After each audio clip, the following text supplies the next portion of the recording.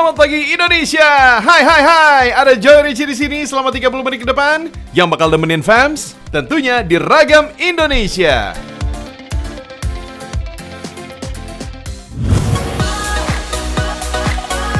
Sehelai kain besar dengan warna terang dan corak unik dan menarik ini pasti sering dipakai untuk nutupin tubuh saat ingin berenang atau bermain di pantai. Yang bikin beda, kain pantai ini nggak dijahit melingkar fams, tapi di bagian ujung kain justru diikat dengan unik dan apik agar benang nggak gampang lepas. Jangan kalian kira kain pantai ini asalnya dari Bali atau Lombok ya. Meski nggak punya pantai, produksi kain pantai justru berasal dari Kecamatan Mojolaban, Kabupaten Sukoharjo, Jawa Tengah. Yalah, jangan-jangan kain pantai kalian juga dari sini fams. Kalau nggak percaya, kuilah, kita intip cara bikinnya. Sebagai permulaan, bahan dasar kain harus dicuci dulu ya. Sebelumnya sih, kain ini juga harus direndam semalaman fams. Malum aja, kain-kain ini juga sempat diberikan cairan kimia agar mudah menyerap warna. Intinya nih, proses mencuci kain untuk membuat kain menjadi lemas dan menghilangkan lapisan acinya. Setelah kering, kain disetrika dulu fams. Oh iya, kain putih ini adalah jenis kain rayon fams. Biasanya, jenis kain ini dikenal dengan sebutan sutra buatan. Selain terlihat berkilau, kain rayon juga nggak gampang kusut loh.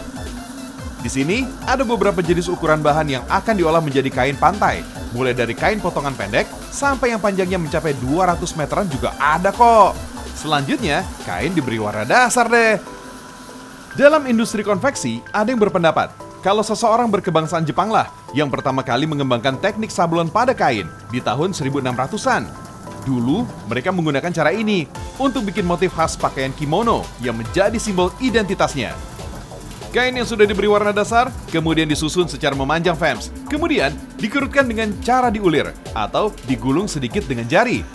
Tahapan ini para pekerja wajib memakai sarung tangan fams. Soalnya cairan kimia perwarna kain bisa membuat tangan gatal. Bahkan bisa terjadi iritasi kulit. Tahap pewarnaan kedua. Intensitas warna yang digunakan harus lebih gelap daripada warna dasarnya fams. Tujuan kerutan ini untuk membentuk pola pecah-pecah kain. Teknik lain yang digunakan dalam membuat pola dan pewarnaan kain bisa memakai teknik cetak atau sablon fams. Caranya, kain dibentangkan pada alas pencetaknya. Oh iya, proses ini harus dilakukan minimal oleh 2 orang agar kain yang dibentangkan rata sempurna. Pastiin juga tuh, gak ada lembaran kain yang terlipat atau kusut. Bisa-bisa hasilnya, terpotong dan gak bakal bagus deh. Fams, kain yang sudah direntangkan ini harus disapukan dengan palet atau kuas karet. Sesuaikan juga dengan warna sesuai keinginan ya. Sejak jam 8 pagi, para pekerja di sini sudah sibuk dengan tugasnya masing-masing. Maklum, proses pengerjaan kain pantai yang panjang butuh banyak waktu dan tenaga ekstra di setiap tahapan fams. Selanjutnya, kain hasil cetakan sablon akan diangin-anginkan seperti ini. Iya, biar tinta kering dan bisa masuk ke proses selanjutnya fams. Kalau udah kering, kain tinggal digulung kembali, lalu masuk ke dalam tabung penguapan. Nah, proses ini bisa makan waktu 10 menit aja kok. Gak lama kok. Yang lama itu nunggu kepastian cinta kamu. Kubrak ya. Fams, kain harus di steam atau diuap dalam suhu sekitar 150 derajat Celcius. Proses ini bisa membuat warna dan motif kain keluar secara maksimal dan tahan lama.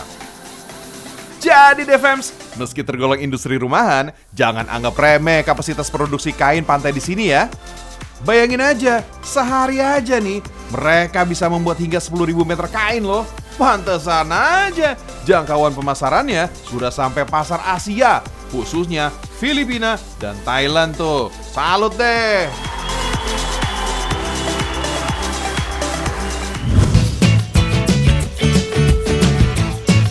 Dari Sukabumi, ada satu jenis oleh-oleh yang bikin jatuh hati. Si bulat putih belepotan ini. Namanya mochi. Meski dikenal sebagai kue khas dari Jepang, mochi dari Sukabumi juga gak kalah berkelas. Di negara matahari terbit, mochi kerap hadir pada perayaan tahun baru bagi para bangsawan Jepang. Pada awal abad ke-10, berbagai jenis mochi juga dipakai sebagai persembahan kekaisaran pada momen upacara keagamaan. Di sana fams, mochi konon menjadi simbol ungkapan terima kasih kepada dewa atas hasil panen yang berlimpah. Mochi juga menjadi lambang pentingnya beras sebagai makanan pokok negeri Sakura. Lain di Jepang, lain pula di Sukabumi. Di kabupaten terbesar kedua di Pulau Jawa ini, fams, mochi Kasuari Lampion menjadi salah satu legenda kuliner yang sangat digemari. Berlokasi di Gang Kasuari, Kecamatan Cikole, Kota Sukabumi, pusat oleh-oleh mochi bisa kita jumpai. Di sini, fams, kalau kalian cari mochi dengan rasa klasik dalam wadah keranjang, ada kok. Tapi, kalau cari mochi dengan aneka rasa isi kekinian, juga nggak bakal kesulitan. Silakan dicoba testernya. Lalu, pilih rasa mochi sesuai yang kalian suka. Harga rata-ratanya cuma sekitar Rp50.000 aja sekotak. Untuk membuat adonan mochi, tepung beras ketan harus diuleni dengan air hingga tercampur rata. Setelah kalis dan rata, adonan dibentuk pipi, kemudian direbus hingga matang. Fams, dalam bahasa Indonesia, kue mochi berarti kue beras. Di negeri Sakura Jepang, bahan baku utamanya pakai beras. Oh iya, beras di Jepang sana emang terkenal lengket dan kenyal, lebih pulen ketimbang beras lokal dalam negeri, fams. Kalau di Indonesia, ngebuat kue mochi bisa kok diganti dengan jenis beras ketan yang teksturnya mirip beras ala Jepang. Gula pasir yang dicairkan ini, fams, juga diperlukan sebagai campuran adonan mochi dari Sukabumi. Fams, dari Jepang ke Sukabumi, kue mochi nggak masuk begitu aja. Ada sejarah panjang dengan beberapa versi cerita. Yang cukup populer sih, kue mochi hadir di Sukabumi saat masa kependudukan Jepang di tanah air. Pada masa itu, banyak orang pribumi yang menjadi juru masak tentara di barak militer Jepang di kota Sukabumi. Nah, salah satu panganan yang sering dibuat, ya kue mochi ini, fams. Asal-usul kue mochi di Sukabumi juga ada versi lainnya. Kue ini telah diwariskan secara turun-menurun oleh warga keturunan Tionghoa yang jumlahnya cukup banyak di Sukabumi. Maklum deh, fams.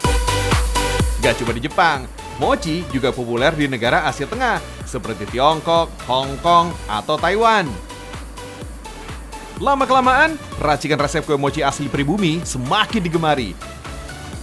Tanpa meninggalkan ciri kue kenyal dan bertepung, mochi dari Sukabumi hadir dengan aneka inovasi rasa yang berbeda. Kalau mochi Kasuari Lampion dari Sukabumi ini sih udah ada sejak tahun 1983. Dari yang awalnya tersaji tanpa isi hingga berkembang dengan isian kacang. Mochi Kasuari Lampion ini udah punya sekitar 20 variasi rasa yang berbeda. Gak heran, di Sukabumi, fams, kue mochi juga dikenal dengan julukan kue genit. Hati-hati ah. Walau variasi rasa dan tampilannya semakin berkembang, mochi kekinian dari Sukabumi gak lantas kehilangan jati diri. Tekstur kenyal dengan kelezatan isian di dalamnya ngebuat mochi gak pernah terasa bosan untuk dinikmati. Dari variasi rasa dan tampilan inilah, fams, menjadi salah satu yang bikin beda mochi ala Sukabumi dengan mochi ala negeri Sakura atau bahkan Tiongkok sana. Kenyal dan nikmatnya gak ada lawan. Di sini, fams, sekitar 100 kg adonan mochi dibuat setiap hari. Produksinya bisa sampai 2.000 lebih keranjang mochi. Itu hari biasa. Kalau akhir pekan, jumlahnya bisa naik sampai 2 kali lipat. Widih! Variasi rasa dan tampilan dari yang tradisional sampai yang kekinian, semua bisa kalian dapatkan. Semua gak ada yang mengecewakan, fams. Kue bulat dengan balutan tepung emang selalu tampil beda dibanding kue tradisional lainnya. Tepung yang membalut si bulat kue mochi bagaikan wajah seorang gadis dengan bedak tebal belepotan.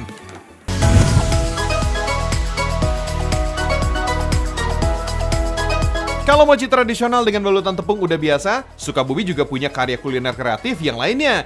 Ini namanya Mochi Cake Sukabumi.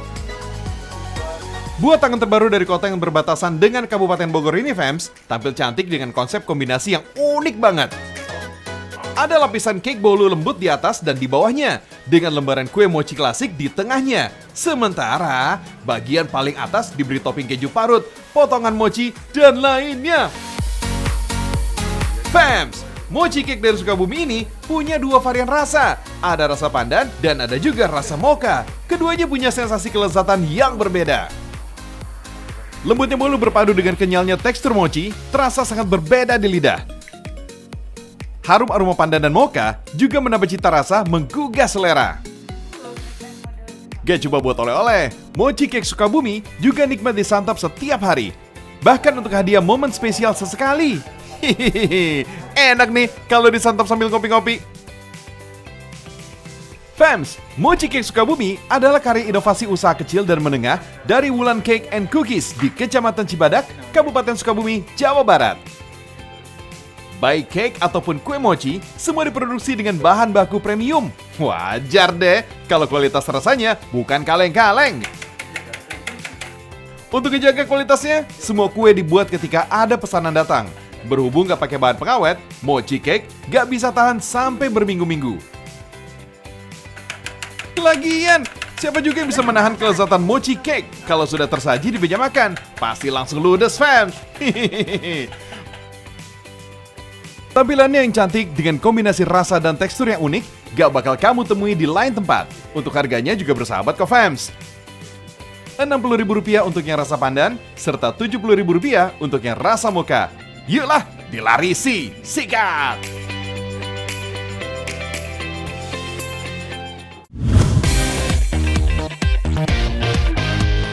Kalau udah kenyang, gak ada salahnya kita bakar kalori, agar berat badan gak berlebih, fams. Bersepeda sambil memanjakan mata bisa jadi solusinya nih. Kegiatan seru ini bisa kalian rasakan di lokasi wisata Taman Safari Prigen, Kabupaten Pasuruan, Jawa Timur. Memiliki luas lahan sekitar 250 hektar. Tempat ini memiliki satwa yang beragam, fams. Setidaknya ada 250 spesies dengan total mencapai 2.000 jenis koleksi satwa.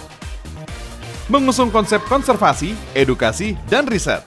Wisata ini menjadikan kebun binatang ini terbesar di Provinsi Jawa Timur. Gede bener deh! Tempat ini terbagi menjadi beberapa kategori. Kalau yang paling unik sih, zona Australia. Di zona ini, kalian bisa melihat koleksi satwa benua Australia. Mulai dari wallaby, kanguru, burung emu, dan masih banyak lagi. Wait, ada juga loh paket seru yang ditawarkan sama zona ini, fams. Pengunjung diajak naik sepeda menuju lokasi. Kebayang nggak tuh?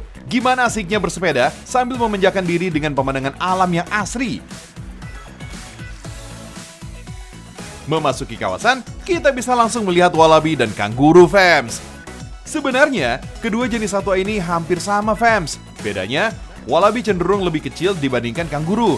Di sini nih, fams, kalian bisa berinteraksi langsung memberi makan satwa. Selain tingginya yang hanya mencapai 1,8 meter, wallaby memiliki badan sedikit bungkuk, bagian kakinya juga lebih besar, dan ekor panjang untuk menyeimbangkan tubuhnya. Sedangkan kanguru tingginya bisa mencapai 2,5 meter. Berat kanguru bisa mencapai 90 kg, fans. Jenis kanguru di sini adalah jenis kanguru merah atau Osfranter rufur, alias hewan berkantung terbesar di dunia. Tenang, wallaby dan kanguru ini ramah-ramah kok. Perasaan kalian juga merasa lebih aman lagi karena ditemani oleh zookeeper selama beraktivitas di sini. Petugas ini juga akan menyampaikan informasi seputar satwa, sekaligus mengajarkan cara merawat satwa dengan baik dan benar. Dari kawasan wallaby dan kanguru, ada burung emu, fams. Jenis burung raksasa ini juga nggak kalah ramah kok. Tapi jangan sesekali bikin mereka kaget ya, karena burung emu terbilang hewan agresif. Ada juga nih satwa lucu lainnya. Ini dia, fams. Domba merino. Wih, gemes deh. Domba merino berkembang di Spanyol pada abad ke-8, fams. Karena jumlahnya terbatas, pada abad ke-18, domba merino mulai dibudidayakan dan menyebar ke sejumlah negara, mulai dari Inggris, Jerman, dan Australia. Selama di sini, jangan lupa ya, puas-puasin deh foto-foto, fams. Pokoknya, ngabisin waktu di area Australiana bakalan ngerasa hal yang berbeda. Seru banget deh. Kalau udah puas jalan-jalan, silakan manjakan perut di resto yang ada di kawasan wisata ini. Namanya Tiger Cave. Menu yang disajikan gak jauh-jauh dari kuliner Nusantara kok. Rasakan juga deh, gimana rasanya sambil makan ditemani 2 harimau yang hanya dibatasi kaca, fams. Kenalin ya, harimau ini namanya Molik dan Kartika. Wait, jangan takut ya. Tempat ini udah sesuai dengan standar keamanan kok. Pokoknya dijamin aman. Untuk bisa merasakan keseruannya, kalian cukup merogoh kocek Rp150.000 per orang. Ayo, agendakan waktu liburan kalian, fams.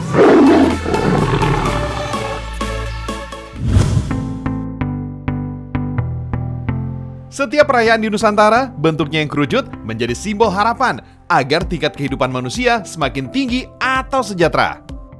Nah, tumpeng yang satu ini berbeda, fams. Tumpeng sate ini punya rasa yang super gurih. Belum lagi ada ditambah bumbu dan sambal yang nendang. Daging sate yang lembut, pecah di mulut. Prosesnya juga cukup unik, fams. Daging ayam file dimasukkan ke cetakan khusus, kemudian tusuk dengan lidi. Fams, satu kali proses penusukan sate dengan alat khusus ini mampu menghasilkan setidaknya 80 tusuk. Wah, gak perlu capek-capek nusuk daging nih satu-satu. Sate siap dipanggang deh. Jangan lupa, lumuri daging dengan bumbu terlebih dahulu. Pemanggang sate tumpeng dilakukan dengan arang briket karena kandungan abunya yang tidak terlalu banyak, sehingga sate bisa tetap bersih. Di balik nama besarnya, sate juga pernah masuk urutan nomor 14 sebagai makanan terenak di dunia selain rendang, berdasarkan Survey World 50 Most Delicious Food. Bikin bangga deh!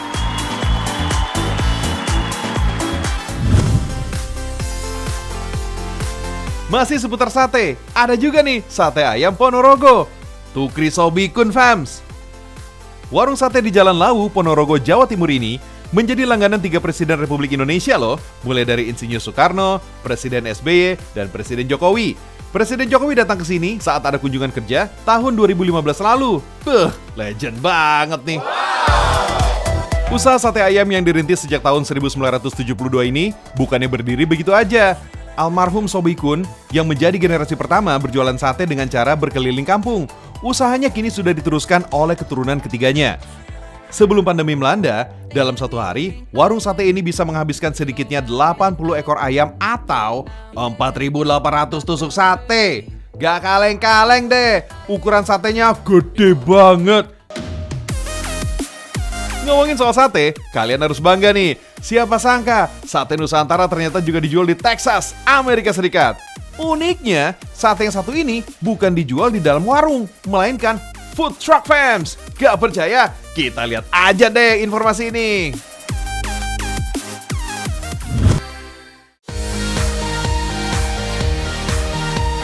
Oh my wow, bikin bangga deh kalau ada orang Indonesia yang berani memperkenalkan kuliner Indonesia di luar negeri.